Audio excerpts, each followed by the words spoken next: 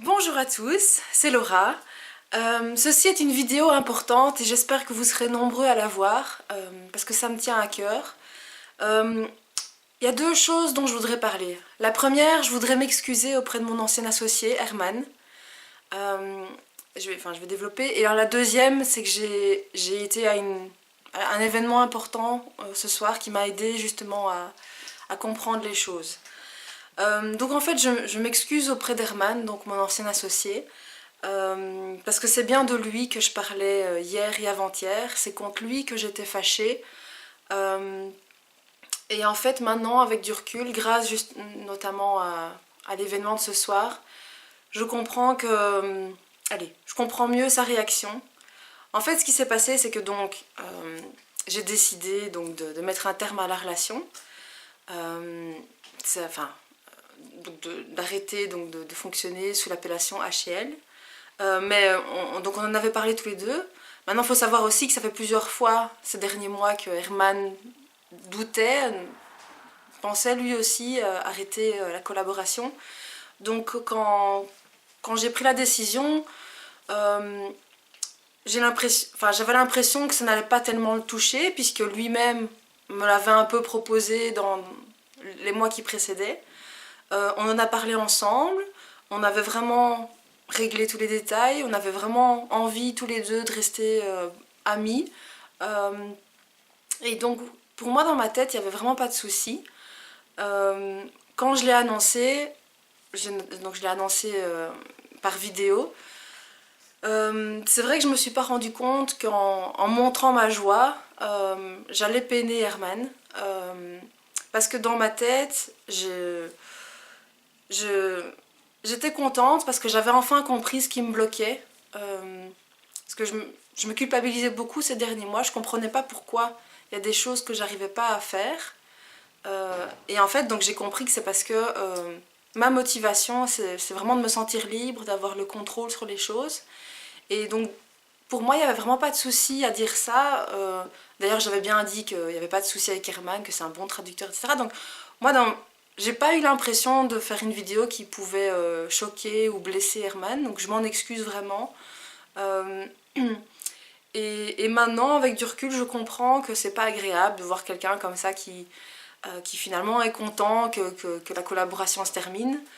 Même si, voilà, je suis très contente aussi de tout ce qu'on a vécu pendant quelques mois.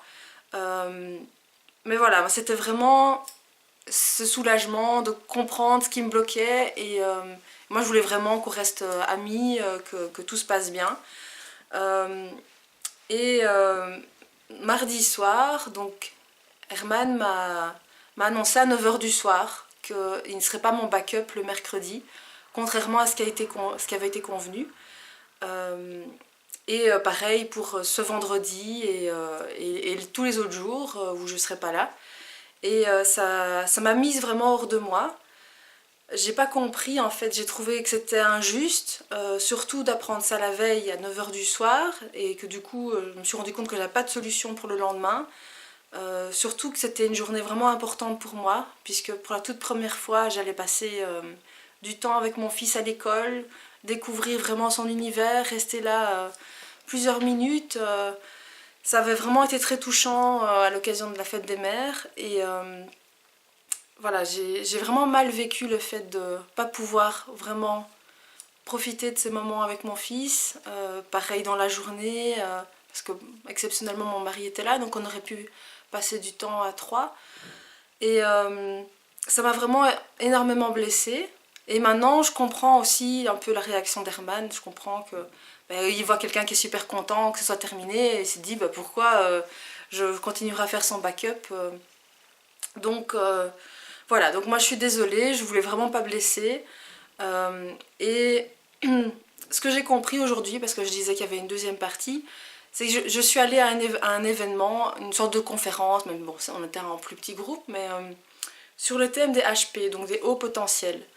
Et je me suis pris vraiment une claque, parce que c'était plutôt adressé... En fait, c'était deux mamans d'enfants HP qui témoignaient et qui racontaient surtout à quel point c'est difficile d'avoir des enfants surdoués, voilà, c'est fatigant et épuisant au quotidien. Et donc elles n'ont pas vraiment pris de pincettes, puisque normalement elles ne s'adressaient pas vraiment à des personnes qui sont HP. Et moi j'ai vraiment pris ça comme une claque, parce qu'il y a des choses qui ont été dites qui étaient dures, et en même temps je me suis vraiment reconnue. C'est ça aussi qui m'a fait un électrochoc. Je me suis reconnue dans toutes les descriptions, tous les témoignages. Et je me suis rendu compte à quel point mon comportement peut être difficile pour mon entourage, depuis que je suis petite aussi. Et surtout, voilà, qu'il y a plein de choses. En fait, je comprends que tout ce qui me gêne maintenant, c'est lié au fait que je suis... Enfin, pour moi, je suis vraiment HP. J'ai commencé les tests qui révèlent qu'il y a de fortes chances et qu'il faut poursuivre les tests. Mais j'en suis vraiment convaincue, je serai vraiment fixée mi-juillet. Mais pour moi, surtout après ce soir, ça fait vraiment aucun doute. Hein, il y a plein de choses comme... quand j'étais petite, je posais tout le temps 20 000 questions. Et pourquoi, et pourquoi, et pourquoi toujours aussi cette quête de sens, hein, quel est mon sens, mon rôle sur cette terre. Toujours cette grande... cette hypersensibilité, la preuve encore cette semaine où en fait j'ai fait toute une montagne de ce que m'a dit Herman. J'ai pas réussi du tout à gérer mes émotions, j'avais vraiment besoin d'extérioriser ça, surtout qu'Herman m'avait demandé de ne plus parler de lui dans les vidéos, et donc je me suis sentie empêchée de sortir toutes ces émotions, donc je me suis sentie encore plus mal. Et voilà, je comprends que vraiment pour être bien dans ma peau, hein, le thème de tout ça c'est je gère ma vie, mais c'est vraiment voilà, gérer le fait que je suis HP, parce que ce qui me choque aussi c'est que je le découvre seulement maintenant à 34 ans, bientôt 35, et voilà, ça fait des années que j'ai mis en place plein de mécanismes, qu'il y a des choses qui me font souffrir dans ma façon de réagir, hein, le fait d'être tout le temps comme ça à fleur de peau, d'avoir des milliards de projets, des milliards d'idées, d'avoir tout le temps plein de choses comme ça, de ne jamais avoir de bouton off. Voilà, c'est plus fort que moi d'avoir... Et par moments ça me fait vraiment souffrir, comme il disait encore ce soir, hein, passer vraiment par des moments d'euphorie et puis des moments où je suis vraiment en train de déprimer. Et alors, comme il disait aussi, cet énorme manque de confiance en soi. Parce que on peut se dire oui génial, surdoué, mais en fait c'est une grande souffrance en fait, parce qu'on sent qu'on est différent des autres, qu'on réfléchit pas pareil, qu'on est super sensible, et voilà, moi ce que je voudrais surtout maintenant c'est me faire aider, trouver des gens qui savent ce que c'est, qui vont pouvoir m'aider à m'accepter comme je suis, à mieux me comprendre, parce que c'est vraiment une crise identitaire. Je sais pas qui je suis, je sais pas ce que je veux. J'ai besoin vraiment de mieux me comprendre, de mieux comprendre le fonctionnement des autres. La preuve encore donc cette semaine.